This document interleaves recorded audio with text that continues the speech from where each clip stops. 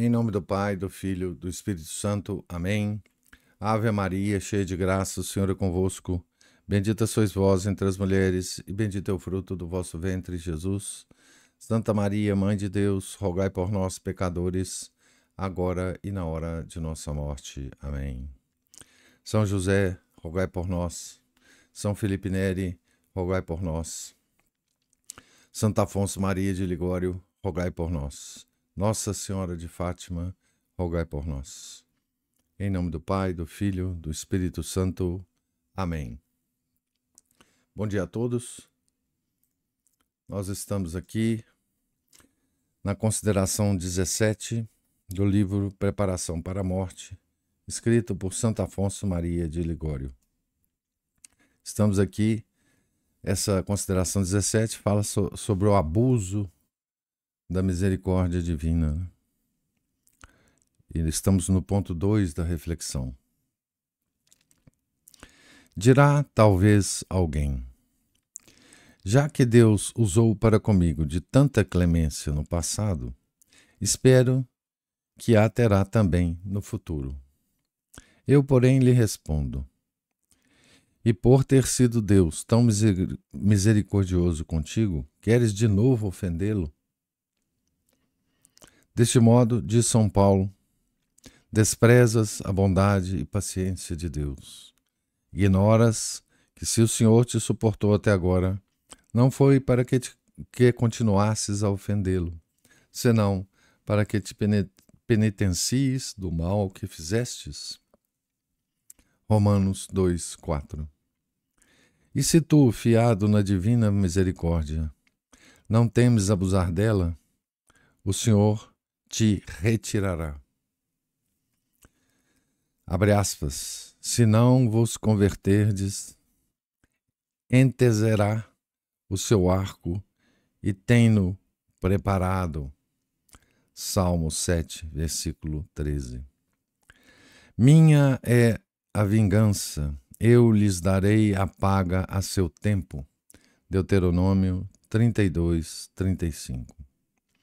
Deus espera, mas chegada a hora da justiça, já não espera e castiga então. Deus guarda o pecador a fim de que se emende. Isaías 19:18.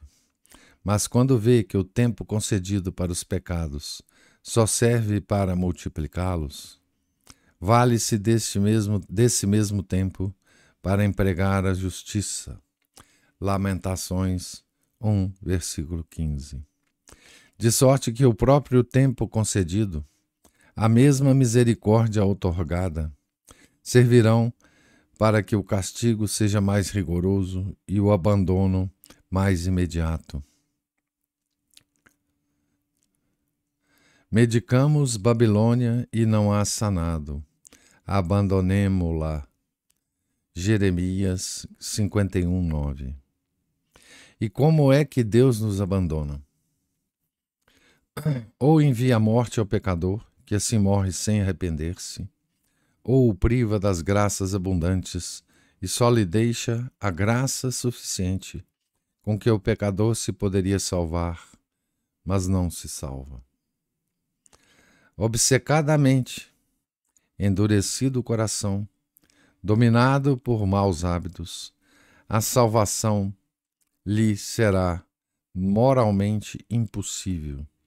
E assim ficará, senão em absoluto, pelo menos moralmente abandonado. Derrubar-lhe-ei o muro e ficará exposta. Isaías 5:5. Que castigo! Triste indício quando o dono rompe o cercado e deixa entrar na vinha os que quiserem, homens e animais. É prova de que a abandona. É o que faz Deus quando abandona uma alma. Tira-lhe a sebe do temor, dos remorsos, de consciência e a deixa nas trevas. Penetram então nela todos os monstros do vício. Salmo 103, 20. O pecador entregue a essa obscuridade desprezará tudo. A graça divina, a glória, avisos, conselhos e censuras. Escarnecerá até de sua própria condenação. Provérbios 18, 3. Deus o deixará nesta vida sem castigo, e nisto consistirá seu maior castigo. Compadeçamo-nos do ímpio, não aprenderá jamais justiça. Isaías 26, 10. Referindo-se a esse texto, diz São Bernardo: não quero essa misericórdia, mais terrível que a ira.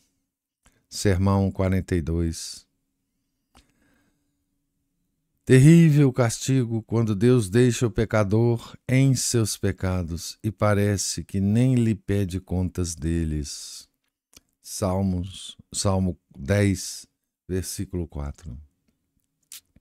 Dir-se-á que já não se indigna contra ele.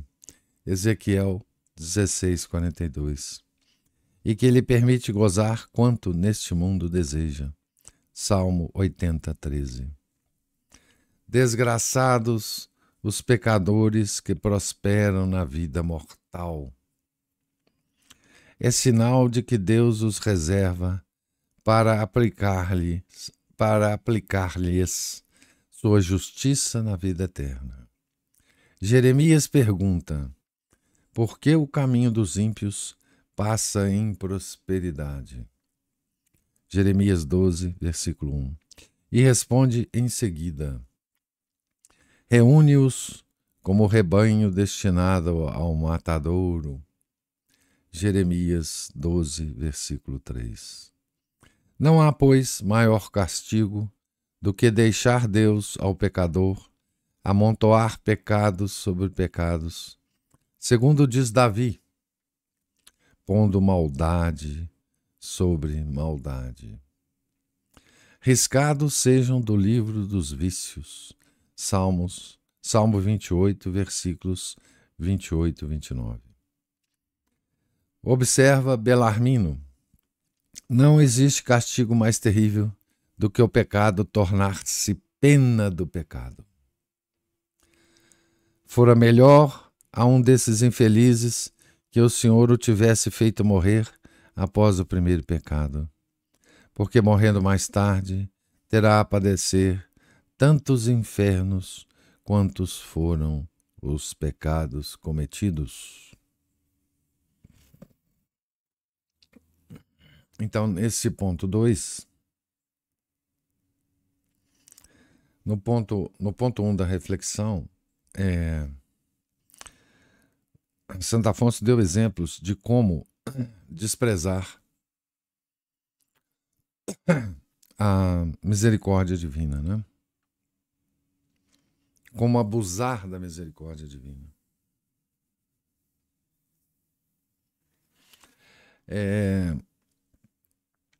E aqui no ponto 2, Santo Afonso fala sobre uma das mais terríveis consequências ou o castigo que Deus pode nos dar, né?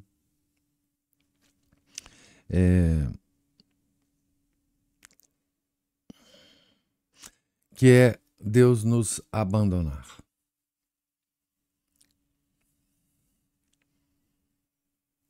Então, esse é aquele tema, né, que nós já tratamos aqui em outros momentos, que é o silêncio de Deus, né? Aqui, teologicamente, Santo Afonso está nos explicando, né, como é que esse silêncio acontece, né? Ele pergunta: e como que Deus nos abandona? E ele responde, né? ou envia a morte ao pecador, que assim morre sem arrepender-se, ou o priva das graças abundantes, e só lhe deixa a graça suficiente com que o pecador se poderia salvar, mas não se salva. Que tem duas expressões muito importantes. Obcecadamente endurecido o coração, dominado por maus hábitos, a salvação lhe será moralmente impossível. E assim ficará, se não em absoluto, pelo menos moralmente abandonado. Então, nós vimos no Evangelho, né, o silêncio de Deus, né?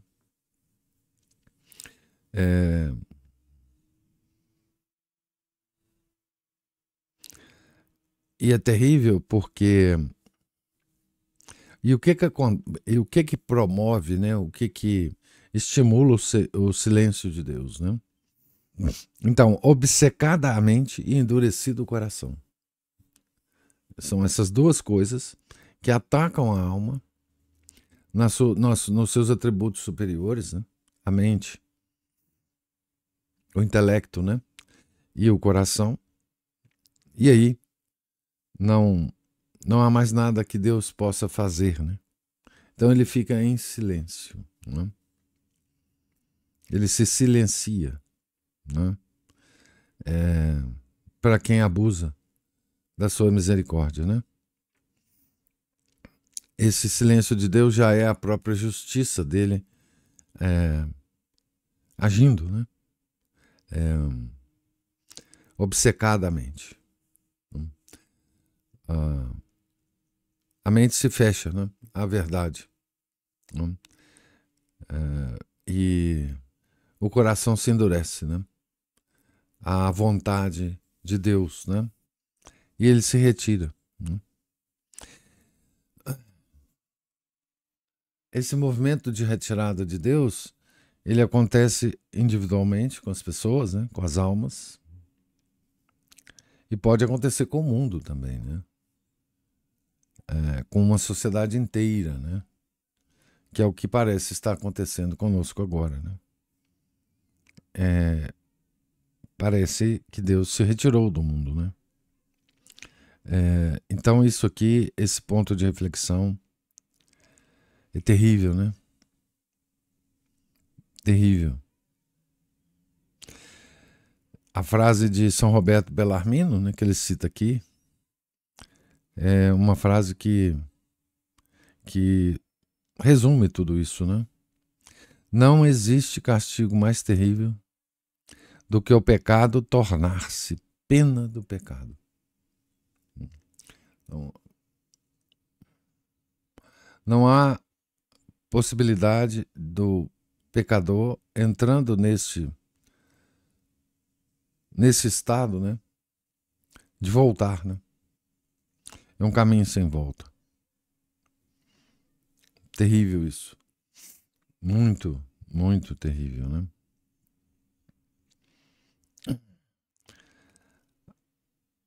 Aqui, então, segue a oração desse ponto 2, né?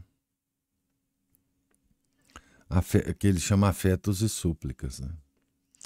Bem reconheço, meu Deus, que no miserável estado em que me acho, mereci ser privado da vossa luz e da vossa graça. Pela inspiração, porém, que me dais, e ouvindo-vos a voz que me chama à penitência, estou persuadido, entretanto, de que não me abandonastes. Já que assim é, multiplicai, meu Senhor, vossa misericórdia sobre minha alma. Aumentai-me a luz divina e o desejo de vos amar e servir. Transformai-me, ó meu Deus, de traidor e rebelde que fui, convertei-me em fervoroso amante de vossa bondade, a fim de que chegue para mim o venturoso dia em que parta para o céu e louve eternamente as vossas misericórdias. Vós, Senhor, quereis perdoar-me, e eu só desejo que me outorgueis vosso perdão e vosso amor. Dói-me, ó bondade infinita, de vos ter ofendido tantas vezes. Amo-vos, ó sumo bem, porque mo ordenais, e porque sois digníssimo de ser amado. Fazei, pois, meu Redentor, que vos ame este pecador por vós tão amado, e com tal paciência por vós esperado. Tudo espero de vossa bondade inefável. Espero amar-vos sempre no futuro, até a morte por toda a eternidade. Salmo 83, 2. Que vossa clemência, meu Jesus, seja constante objeto de meus louvores. Louvarei também por todo sempre a vossa misericórdia, ó Maria, pelas graças inumeráveis que me tendes alcançado. À vossa intercessão as devo. Assisti-me, Senhora minha. Auxiliai-me e alcançai-me a santa perseverança. Então, essa é a oração, né, de um pecador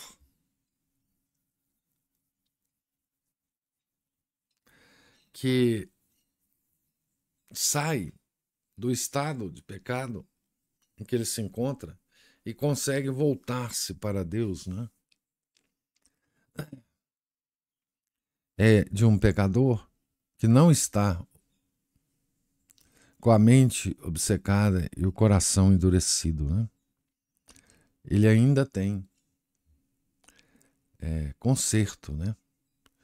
Então, a primeira frase da oração já diz que esse pecador não é aquele que é descrito no ponto da reflexão, né? Bem reconheço, meu Deus, que no miserável estado em que me acho, mereci ser privado da vossa luz e da vossa graça. Não só essa frase já toca, né, o coração de Deus, né? E já coloca o pecador em um outro estado, né? Então, a esse pecador que começa essa oração desta forma, Deus não fecha os ouvidos, né?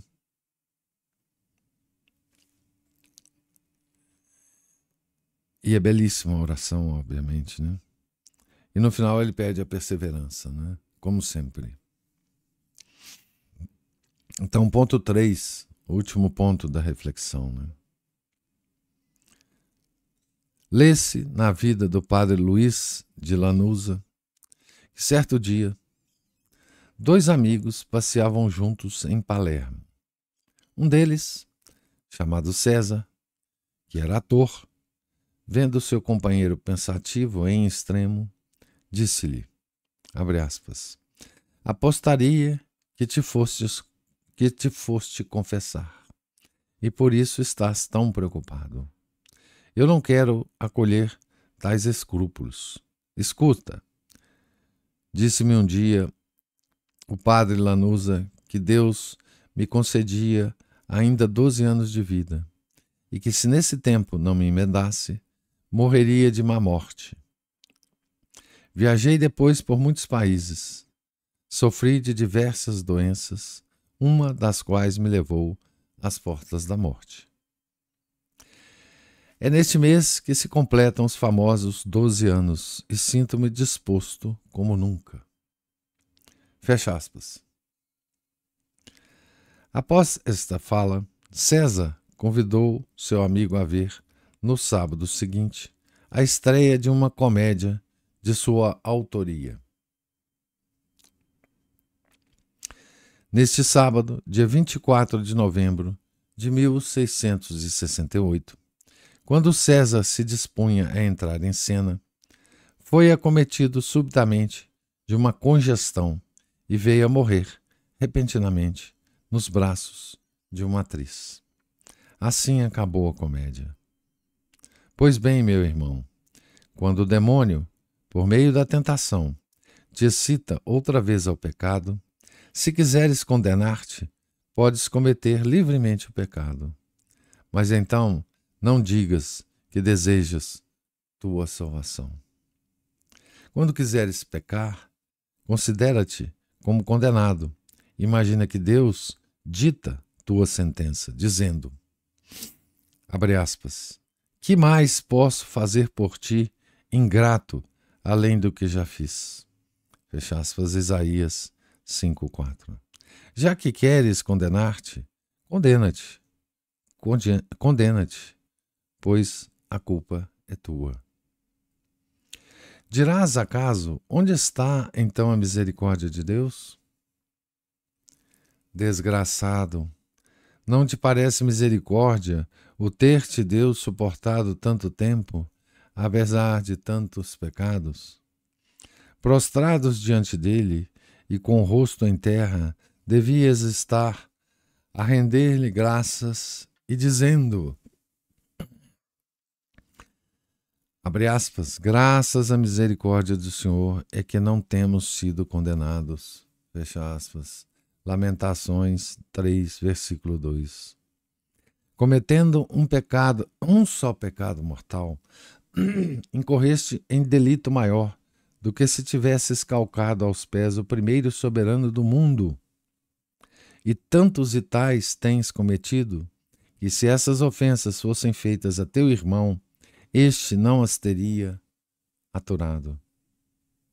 Deus, entretanto, não somente te esperou, mas te vem chamando muitas vezes e oferece-te o perdão. Que mais devia fazer? Isaías 5:4. Se Deus tivesse necessidade de ti, ou se o houvesses honrado com grandes serviços, poderia ter-te mostrado mais clemente contigo? Ter-se mostrado mais clemente contigo? Se depois disto tornastes a ofendê-lo, farias que sua divina misericórdia se trocassem em indignação e castigo. Se aquela figueira, encontrada estéril por seu dono, não desse fruto depois do ano concedido como prazo para cultivá-lo, quem ousaria esperar que se lhe desse mais tempo se não fosse cortada? E não fosse cortada. Escuta, pois, o que diz Santo Agostinho. Abre aspas. Ó árvore infrutuosa, o golpe de derrubada foi desferido. Mas não te creias mais segura, porque serás cortada. Fecha aspas. A pena foi adiada, diz o santo, mas não suprimida. Se tornares a abusar da misericórdia divina, o castigo te atingirá, serás cortado. Esperas, portanto, que o próprio Deus te envie ao inferno? Mas se te envia, já o sabes, jamais haverá remédio para ti. O Senhor se cala, mas não para sempre. Quando chega a hora da justiça, quebra o silêncio. Abre aspas. Isto fizeste, e eu calei-me. Pensaste iniquamente que eu seria como tu. Arguir-te-ei e porei tudo diante de teu rosto. Salmo 49, 21. Porá diante dos teus olhos os atos da divina misericórdia, e fará com que eles mesmos te julguem e condenem.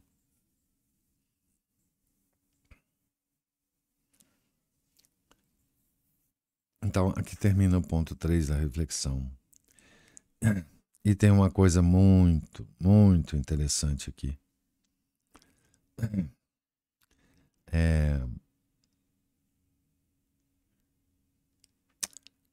Que é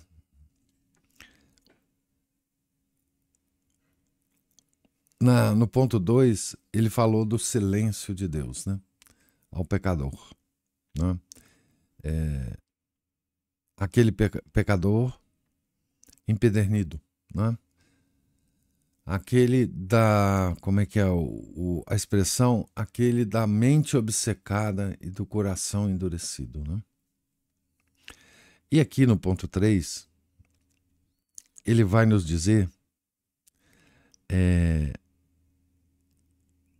quando é que Deus vai voltar a falar com esse pecador, né? Que é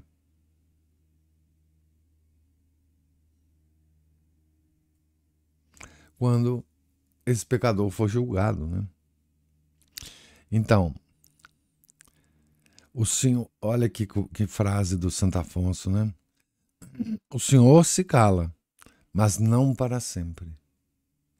Quando chega a hora da justiça, quebra o silêncio. Então, é como se Deus falasse com duas vozes ao pecador, né? A voz da misericórdia e a voz da justiça. Né? Ao pecador obcecado e endurecido, a misericórdia se cala, né? Mas não a justiça. Tá? Deus usa então de duas vozes para o pecador.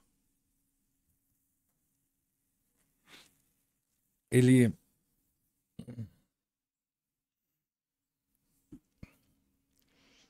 se cala com a voz da misericórdia, mas depois nós ouviremos a voz da justiça.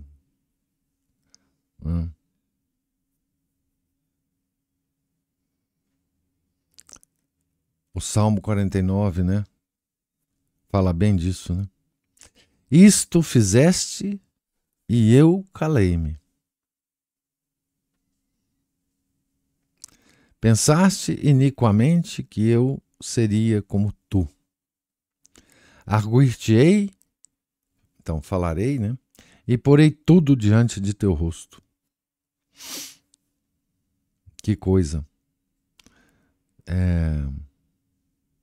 terrível, né? Tremenda, né?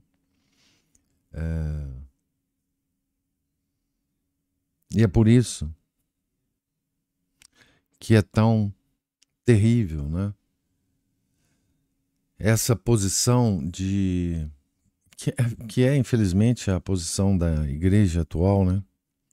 De superestimar,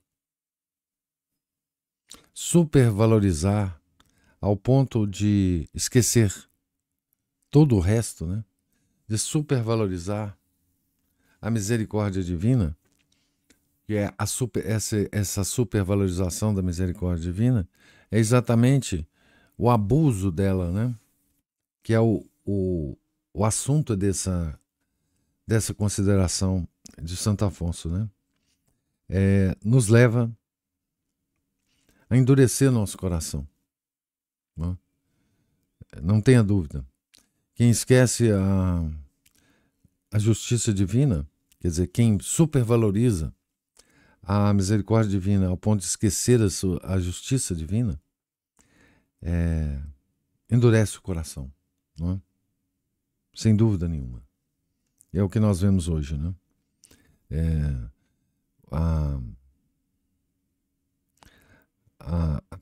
A crise da igreja, ela tem várias facetas, né? E essa faceta, ela é bem clara, né? Esse abuso, né? Da misericórdia, né? E aqui segue, então, a oração, né? A súplica de Santo Afonso, né? Meu Deus, que desgraça para mim, se depois de ter recebido a luz que agora me dás, voltasse a ser infiel, cometendo traição. Essas luzes são sinais de que quereis perdoar-me. Arrependo-me, ó sumo bem, de todas as ofensas que fiz à vossa infinita bondade. Por vosso preciosíssimo sangue espero, com certeza, o perdão. Mas se tornasse a afastar-me de vós, reconheço que mereceria o inferno. criado de propósito para mim. Tremo, Deus de minha alma, à vista da possibilidade de tornar a perder vossa graça. Muitas vezes já vos prometi ser fiel, e depois, infelizmente, tornei a rebelar-me contra vós. Não o permitais, Senhor. Não me deixeis cair na imensa desgraça de ver-me convertido outra vez em inimigo vosso. Dai-me outro castigo, mas este não. Não permitais que me aparte de vós. Se prevedes que vos hei de tornar a ofender, fazei antes que eu perca a vida. Aceito a morte mais dolorosa que ter de chorar a desdita de ver-me privado de vossa graça. Ne permitas me separare ad te. Repito, meu Deus, e fazei que eu o repita sempre. Não permitais que eu me separe de vós. Amo-vos, meu caríssimo Redentor, e não quero mais separar-me de vós. Pelos merecimentos de vossa morte, concedei-me amor tão fervoroso que convosco me una estreitamente e jamais possa desprender-me de vós. Ajudai-me, ó Virgem Maria, por vossa intercessão, alcançai-me a santa perseverança e o amor para com Cristo.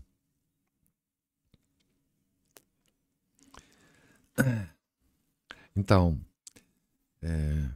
falando de ejaculatória, aqui tem uma ótima ejaculatória, né? Para repetirmos ao longo do dia, né? Ne permitas me separare ad te.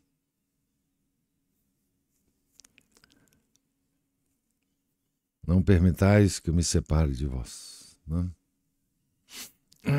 É uma das formas de você praticar aquele exercício tão sugerido pelos santos, né? Da presença de Deus, né? Ao longo do dia. Ne permitas me separare ad te. Então assim, Santo Afonso termina a consideração 17 do abuso da misericórdia de Deus. Estejamos alertados por Santo Afonso sobre isso, né? Não abusemos, né, da divina misericórdia. Não é bom para nossa alma que a gente faça isso, né? E agora gostaria de ouvir comentários e observações de vocês, se eles existirem.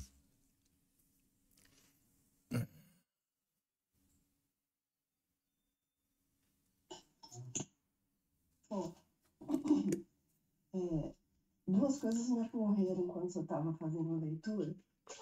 Uma é a seguinte, como que os protestantes estão enganados, né? Ou podem estar enganados, e os ateus que acreditam em Deus, mas também ao pensar que o sucesso material e uma vida longa são uma bênção de Deus. Eles são o silêncio. Uma punição, né? É o silêncio. Justamente. O silêncio. São um castigo, né? Exatamente. Ele permite, né, que as pessoas sejam prósperas, né? Uhum. Os iníquos são normalmente prósperos. E é isso que confunde, né, as pessoas. É isso que faz as pessoas pensarem que Deus é injusto, né? Uhum. porque eles desconhecem É, essa questão do silêncio, né? mas isso é daquelas coisas, né, Ana Paula, que a gente fala que é a sutileza da nossa religião, né, Uhum. do catolicismo. Que só os santos que descortinaram isso, né, É, gente? é, Como eles não. E é. a outra coisa foi, eu me lembrei, pensei aquela citação que o senhor colocou na sexta-feira, do grupo, que é um exemplo de um sujeito obcecado pelo pecado, né? Aquele Goldstein, Ah, Alvin Goldstein. algo. Eu fui olhar, fui procurar. Esse nome, Shalom. É isso mesmo. E aí ele já morreu, né? E eu fiquei pensando como que uma pessoa. Porque assim, o primeiro sentimento que a gente tem quando lê aquilo é de uma indignação, né? É, Mas depois vem um medo por ele e por nós, proporcionalmente, né? Pela, se nós estivermos obcecados pelo pecado, a que ponto essa obsessão pode chegar? E aí, né, ligando com a leitura de hoje, em relação ao silêncio de Deus. Né? é, Porque é assombroso uma pessoa chegar no ponto de falar aquilo que aquele homem falou, né? é,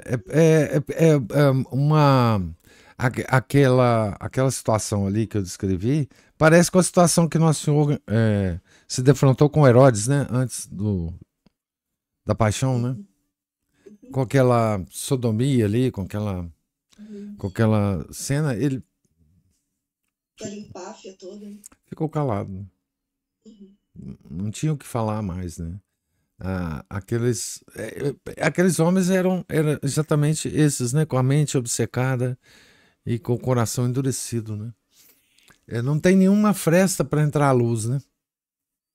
É tudo escuro. Aquilo ali é um exemplo, assim, como a gente fala, bem extremo, né? De uma criatura obcecada pelo pecado. É, exatamente. Agora, a Até gente, um medo. a gente pensa que é extremo, né, Ana Paula? Mas tem tanta gente assim. Eu sei lá se. Hoje no mundo, eu acho que nunca houve tanta gente assim. Eu acho Mas que proporcionalmente. não quis dizer extremo no sentido de ele for o mais, mas eu quis dizer assim, esse tipo de É atitude, extremo na escala, né? Na escala da. de atitude, É. né? E de, sei lá, de afronta mesmo a Deus, né? E de uma maneira tão aberta, né? Não tem pé. Você não tinha Não tem vergonha, né? como falar, Não. não tinha, né? E isso mostra que a cultura em que ele estava inserido já permitia que ele falasse isso abertamente, Uhum. né? E não ia acontecer nada socialmente com ele. Então, isso já dá também o grau do decaimento da própria cultura em que ele estava inserido, né? É capaz até dele ser bem insensado, né? Inclusive, eu estava vendo lá que ele casou-se várias vezes. É. Como que uma criatura dessa não encontra mulheres que queiram casar com ele? Não, Ele ele, ouve. não, ele era famosíssimo, ele foi famosíssimo. Famosíssimo. E aí, era bom a gente pensar nos nossos pecados de estimação. Né? A gente pensar nessa palavra obcecado, né? Obsessão. Quanto nós somos obcecados por determinadas coisinhas. É, é, é, nossa, é aquele, é a coisa do hábito, né? habitual, né? Assim. Muito arraigado, né? De paisagem, isso que eu digo. A gente age como se fosse uma segunda natureza nossa, né? Imposta à natureza humana. É isso mesmo. Passa a nem perceber mais. Exatamente, quer dizer, é aquela coisa que a gente observa em certas pessoas, né? Não na gente, né? A gente só observa nos outros, né? Não na gente. E a gente fala, nossa, essa pessoa tem sempre esse hábito de fazer isso, fazer aquilo. Às vezes é um hábito até desagradável para as outras pessoas, né? E a gente só observa nas outras pessoas, né? Na gente nunca. E é a segunda natureza, né? É por isso que a gente tem que cultivar os hábitos bons para que eles se tornem também a nossa segunda natureza, né? E a gente haja normalmente, né? Que é quer dizer, a gente faz isso em várias áreas da nossa vida, né? A gente tem que fazer isso na área da moral, né? Por exemplo, eu dirijo há, sei lá, décadas, né? Eu não penso mais nada para dirigir. Eu entro, posso estar conversando, escutando música, etc. Que eu estou dirigindo. Meu já é automático, né? E assim, com outros hábitos mecânicos, né? Mas a gente tem que. O problema é adquirir os hábitos morais, né? Esses são muito mais difíceis de aquisição, né? Esses são terríveis. E as faltas morais a gente só vê nos outros, né? Na gente mesmo, a gente não vê, não.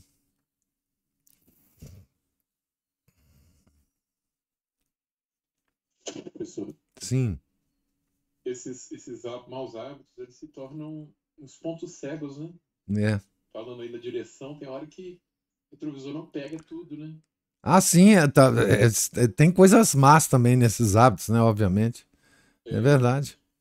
Aí na hora que a gente dá uma fechada em alguém buzina. A gente fica bravo com eles, né? A gente fica bravo com as outras pessoas, não com a gente mesmo. É verdade. Aí as pessoas às vezes reclamam do mau hábito nosso, ou protesta contra certa atitude nossa. Ele é essa pessoa que buzina, né? É uma buzinadinha ali. Pior é que, né, às vezes chega o ponto de ter uma colisão ali, um estrago.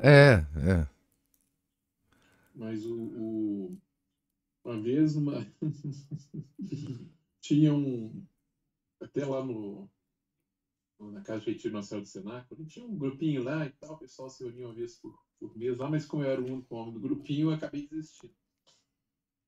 Tinha lá uma freira, passou um desenhozinho lá que falava exatamente isso, do pecado que se esconde, né, no ponto cego. No caso da pessoa lá, era um algo, eu não me lembro o que era, era uma farpa que estava cravada nas costas de uma pessoa lá, e a pessoa vivia sentindo dor, dando mal-humorado, maltratando todo mundo.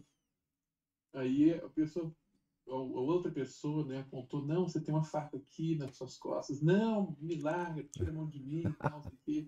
Ótimo. E um dia ela conseguiu tirar essa farpa das costas da pessoa, ela sentiu um alívio, ela começou a ficar melhor-humorada, começou a tratar melhor as pessoas. Então esse pecado, nesse ponto cego, me lembrava esse desenho, né? É até interessante. Ótimo, ótima metáfora. Ótimo. Né? É isso que a freira colocou para nós. É uma metáfora exatamente dos nossos pecados com os pontos cegos. O que está na frente, a faca que entra na sua mão, você tira para outra, pede alguém para ajudar. Mas nas costas, igual quem tem uma dor nas costas, né, professor? Oi, ai. Passar uma coisa nas minhas costas, que eu não estou alcançando. É com a musculatura toda dura, que não consigo mexer.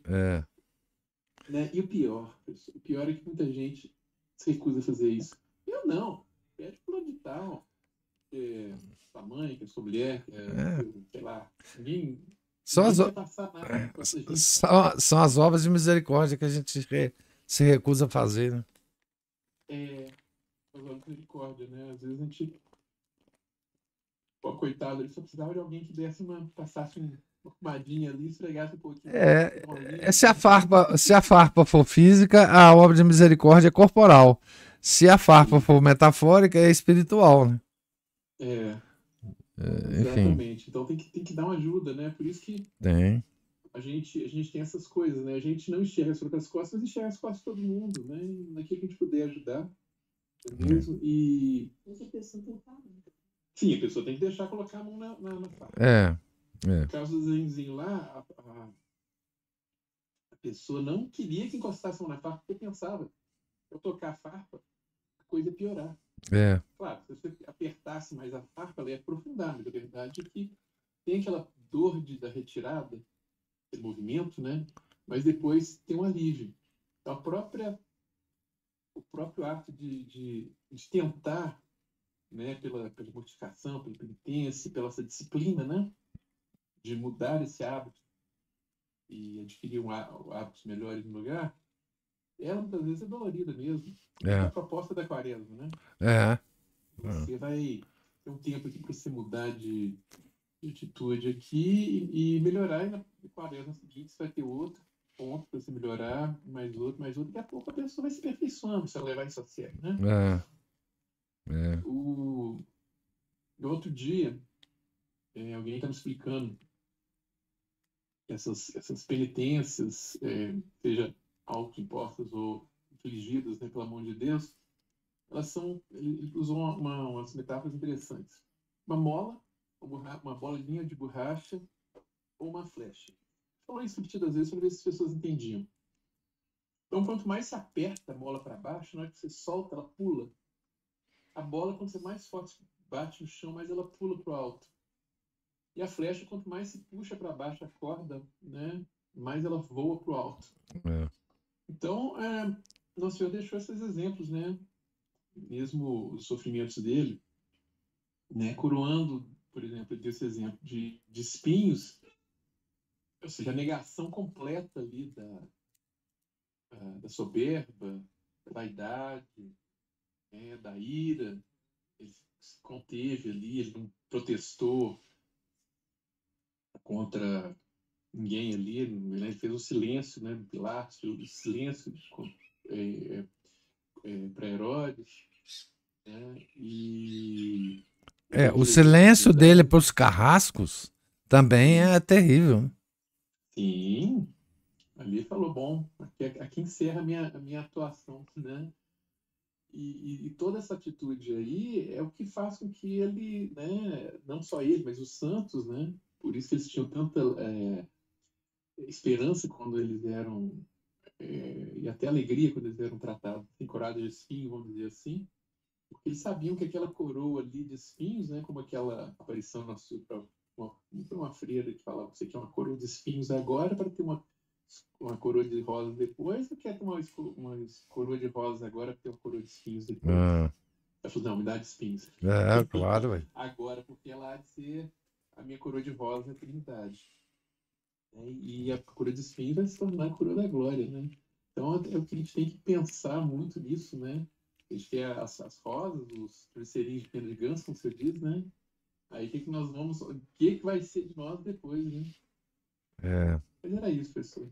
Muito bom essa metáfora da ferpa nas costas.